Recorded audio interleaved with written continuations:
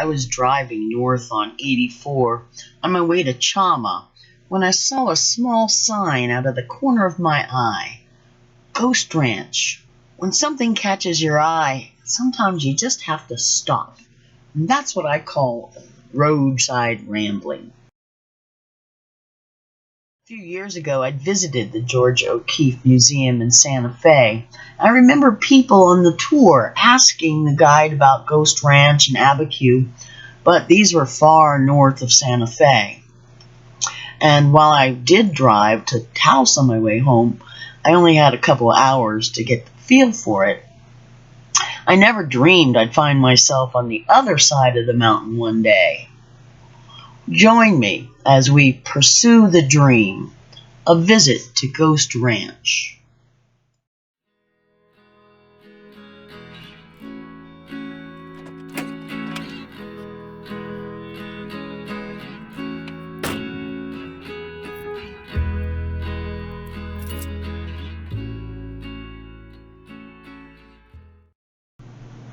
It was her flower paintings that I was first attracted to.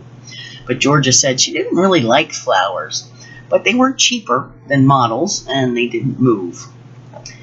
When you take a flower in your hand, she said, and really look at it, it's your world for a moment. I want to give that world to someone else. Most people in the city rush around so that they have no time to look at a flower. I want them to see it, whether they want to or not. Georgia painted them big, and she painted them in great detail. Some people thought too much detail. People accused her flower paintings of being a sexual expression. Georgia replied that they saw what they saw and then imposed something she did not.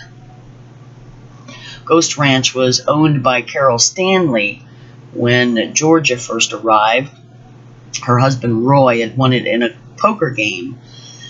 Carol had the deed drawn up in her name, and then she divorced Roy the very next day. This area had been home to the Navajos and then the Utes, Spanish, and in the late 1800s, the Archuleta brothers dominated the 21,000 acres of canyons and river.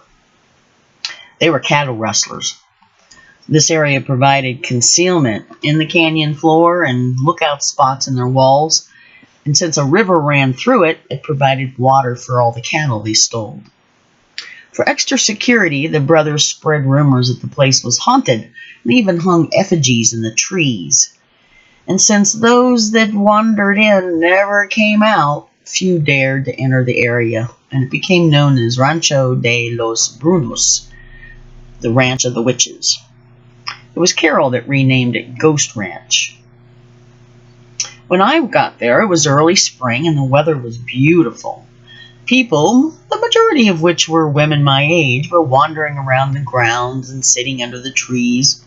As I approached, I found my way to the Welcome Center, and I wasn't quite sure what I had stumbled on. It was there that I learned that the Presbyterian Church now owned this property, and they ran it as a retreat center year-round. Besides the many classes that they offer, it is also open to the public. And surprise, they had a campground. However, I was told it was early in the season, they could only accommodate guests in self-contained units, in other words, an RV. That was perfect for me, and I snagged a campsite. There wasn't too much competition, as you can see.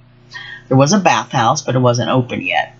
Otherwise, I had a full hookup at a premium price. It was over $30, I think. But I was so thrilled I would have paid more.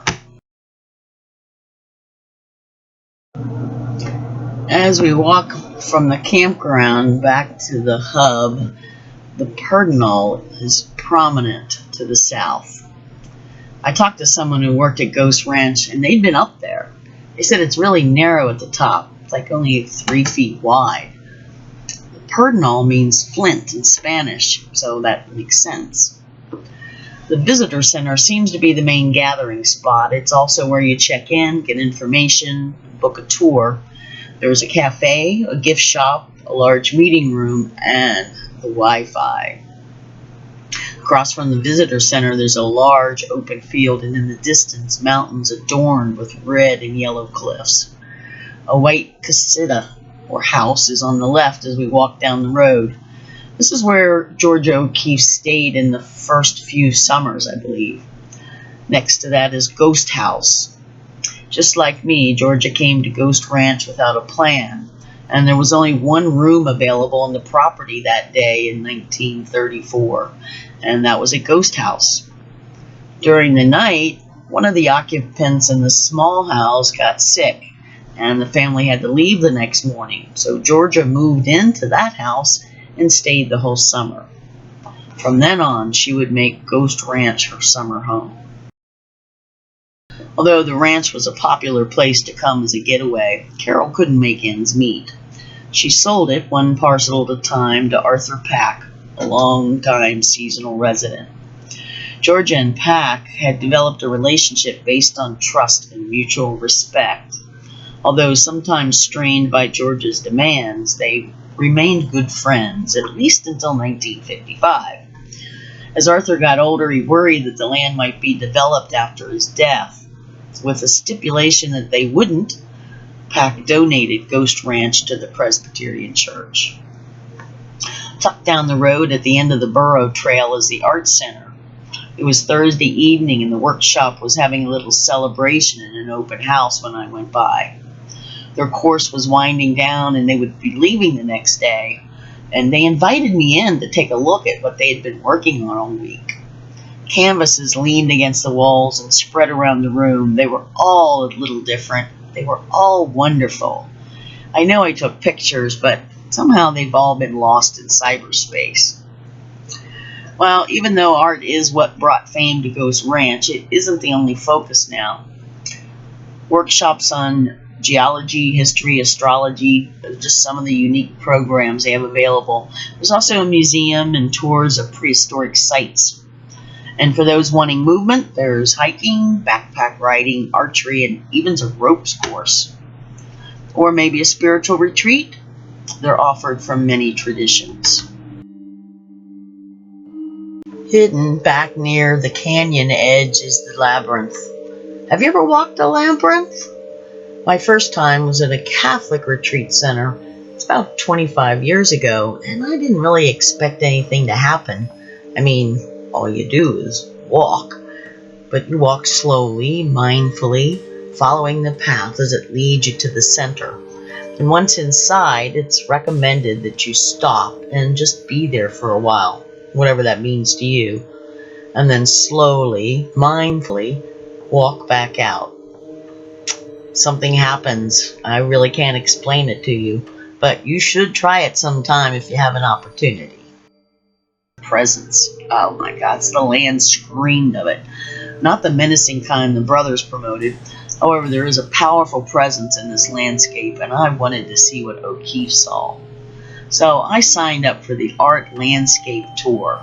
Now, it was almost $40, and it's for an hour and a half. And to me, that's really pricey. I just had to see it. So the next day, 2 couples and me boarded a small bus, and we were chauffeured 3 miles down the road marked private into Georgia O'Keeffe's world and this landscape that inspired her art for 40 years.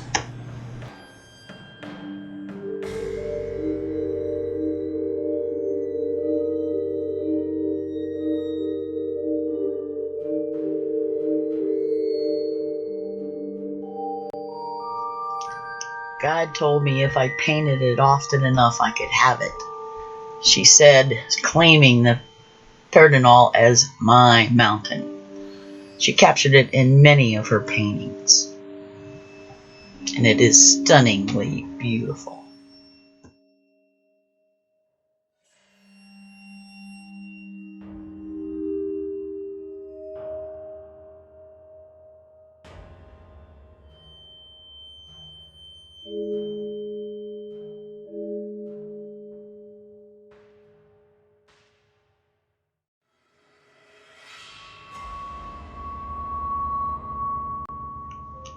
I could easily imagine Georgia O'Keeffe standing, walking on this ground, the same ground I was standing and walking on.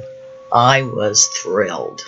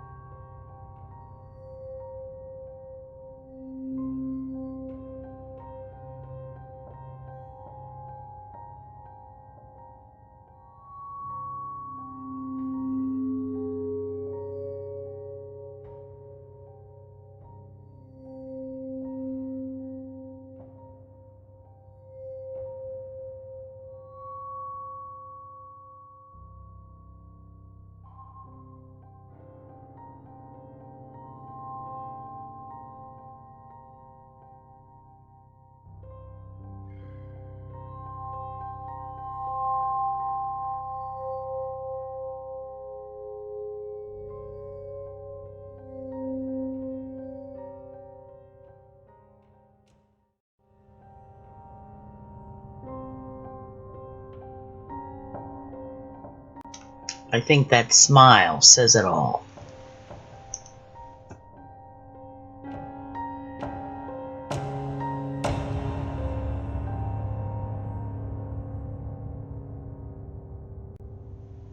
Well, it's time to move on. If you enjoyed the video, give me a like and leave a comment. Also, subscribe to my channel and we'll pursue the dream together. Thanks for watching.